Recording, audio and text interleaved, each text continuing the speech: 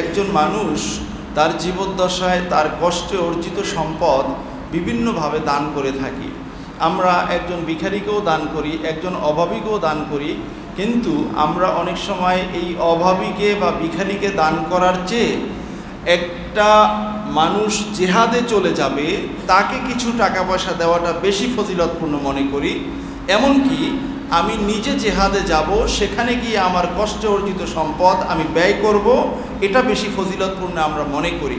কিন্তু এই সবগুলোকে পিছনে ফেলে রাসূলুল্লাহ সাল্লাল্লাহু আলাইহি ওয়াসাল্লাম ইরশাদ করেছেন যে উম্মতেরা আমার, তুমি যতটা খাতে দান করো না কেন, সব খাতগুলো একদিকে, আর তোমার পরিবারের জন্য তুমি যে ব্যয়টা করবে এই ব্যয়টা হলো আরেকদিকে। বলুন সুবহানাল্লাহ। এই ব্যয়টার ভিতরে রাসূলুল্লাহ সাল্লাল্লাহু আলাইহি ওয়াসাল্লাম বেশি ফজিলত বর্ণনা করেছেন। বলুন সুবহানাল্লাহ।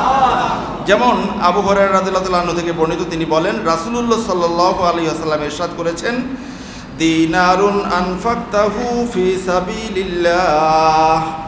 আমার উম্মতেরা, একটা দিনার তোমার কাছে আছে, একটা টাকা তোমার কাছে আছে, একটা পয়সা তোমার কাছে আছে, এই একটা পয়সা তুমি আল্লাহর রাস্তায় তুমি দান করতে চাও, আল্লাহর রাস্তায় তুমি দান করে দিলা, তোমার দানটা আল্লাহর দরবারে কবুল হয়ে গেছে। বলুন সুবহানাল্লাহ। আবার আরেকজনের কাছে একটি দিনার আছে, দিনারুন আনফাকতা ফি রাকাবাতিন। ওই দিনারটা ওই ব্যক্তি একজন কৃতদাসকে ক্রয় করে মুক্ত করার জন্য ব্যয় করেছেন। বলুন সুবহানাল্লাহ। তাহলে একটা মানুষ আরেকজনের গোলাম, তাকে আপনার পকেটের টাকাটা দিলে, একটা টাকা দিলে সে ওখান থেকে আজাদ হয়ে যাবে। সব কম না বেশি? অনেক সব, অনেক সব, ঠিক কিনা বলেন? আল্লাহ রসুল বলছেন এটাও তুমি করেছো, এই সবটাও তোমার আছে। অদিনারুন তাসাদ্দাকতা বিহি আলা মাসাকিন। আবার তোমার পকেটে একটা টাকা আছে, তুমি এই টাকাটা মিসকিনদের জন্য ব্যয় করতে চাও। বলুন না সুবহানাল্লাহ। যেখানে মিসকিনদের সম্পদ খাওয়াটা সরাসরি কোরআনের ঘোষণা, যেই ব্যক্তি মিসকিনের সম্পদ মেরে খাইলো, জোর করে খাইলো, জোর জবরদখল করলো, সে সম্পদ খায় নাই, সে খেয়েছে জাহান্নামের আগুন। বলুন না নাউযুবিল্লাহ। তাহলে এই খাতে যদি আপনার একটা টাকা ব্যয় করেন, এই দানটাও আল্লাহর দরবারে কবুল হয়েছে। আল্লাহ রসুল বলেছেন অদিনারুন আনফাকতা আলা আহলিকা। আর আরেকটা দিনার আপনার আছে, ওই দিনারটা আপনি ব্যয় করলেন আপনার পরিবারের জন্য, আপনার স্ত্রীর জন্য, আপনার সংসারের জন্য। আল্লাহ রাসূল সাল্লাল্লাহু আলাইহি ওয়াসাল্লাম ইরশাদ করেছেন আযামুহা আজরান আলাল আজরান আল্লাযী আনফাকতাহু আলা আহলিকা।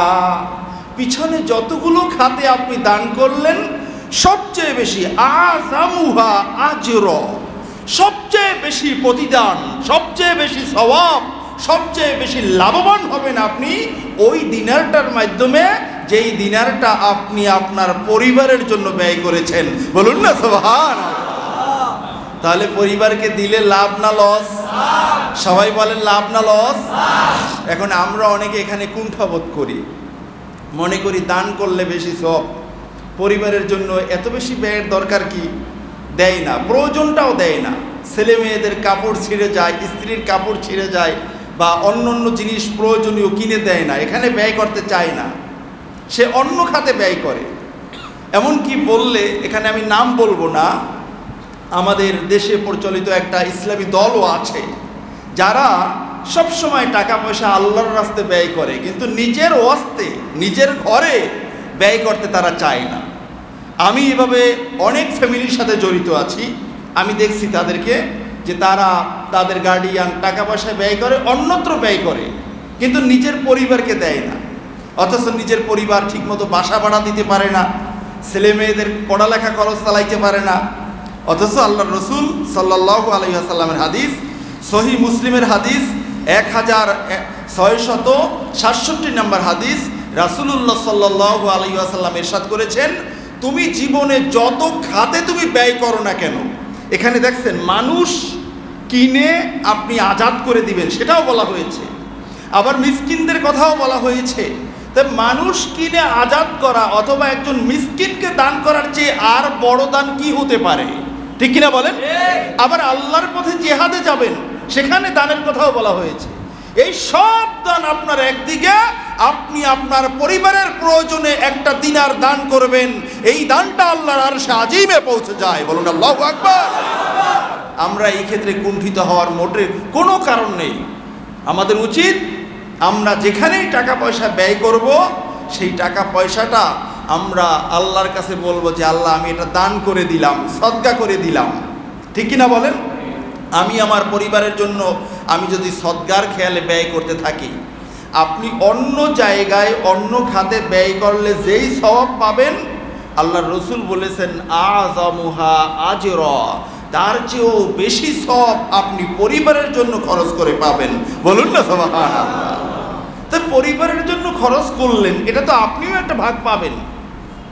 ভালো খাবারের আয়োজন করলেন, ভালো থাকার ব্যবস্থা করলেন, এটা তো আপনিও একটা ভাগ পাবেন। এখন আপনিও ভোগ করতেছেন আপনার টাকা, অথচ আপনাকে আল্লাহ তাআলা দিনের পথে, জেহাদের পথে মিসকিনদের জন্য গোলাম আজাদ করার চেয়েও বেশি সওয়াব আল্লাহ তাআলা আপনাকে দান করবেন। বলুন না সুবহানাল্লাহ। তাই বলে আবার স্ত্রীদেরকে এত বেশি টাকা পয়সা দিয়ে মালিক বানিয়ে দেওয়া যাবে না যে আপনাকে যে কোনো সময় টাটা দিয়ে চলে যাবে। আছে না এই পাবলিক? বিশেষ করে প্রবাসী ভাইয়েরা, তারা কিন্তু এই কাজ করে। বাড়ি থেকে যায়, বাবা মা ভাই বোন আত্মীয় স্বজন পাড়া প্রতিবেশী কাউকে বিশ্বাস হয় না। বিবাহ করে একজনকে আনছে, 1 বছর হয়েছে মাত্র, এই 1 বছর তার ভিতরে এত বেশি বিশ্বস্ততা পাইল, তার নামে অ্যাকাউন্ট করে সব টাকা তার নামে পাঠাইল। 5 বছর পরে, 7 বছর পরে, 8 বছর পরে বিদেশ থেকে আসলো, আইসা দেখে ব্যাংক ব্যালেন্স তো নাই, ব্যাংক ব্যালেন্সের মানুষটাও ঘরে নাই। আছে না এই পাবলিক? এই জন্য বন্ধুরা আমার, ব্যয় করব আমার নিজের হাতে, আমি ব্যয় করব। আমি জানি সে টাকা কোথায় কি করে, কোথায় রাখে, কাকে দেয়। ঠিক কিনা বলেন? এই জন্য এত বেশি টাকা পয়সার মালিক বানিয়েও তাদেরকে দেওয়া যাবে না যে সব বেশি, তাহলে সব টাকা পয়সা আইন নেওয়া, বেতন পাইয়ে তারা দিয়ে দিই, তোমার দিলেই তো বেশি সওয়াব। না, আপনি দান করবেন, সওয়াব পাবেন বেশি, কিন্তু দানের লিমিট থাকতে হবে। আপনাকে বুঝে শুনে সম্পদ ব্যয় করতে হবে। ঠিক কিনা বলেন?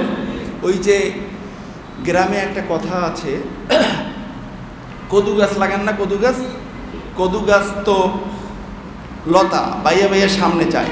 ঠিক কিনা বলেন? এখন আপনি যদি কদু গাছের কদু নিচে থেকে মাটিতে দাঁড়িয়ে যদি কাটতে চান, গ্রহণ করতে চান, সব লতাগুলো কিন্তু আপনার হাতের নাগালে রাখতে হবে। ঠিক কিনা বলেন?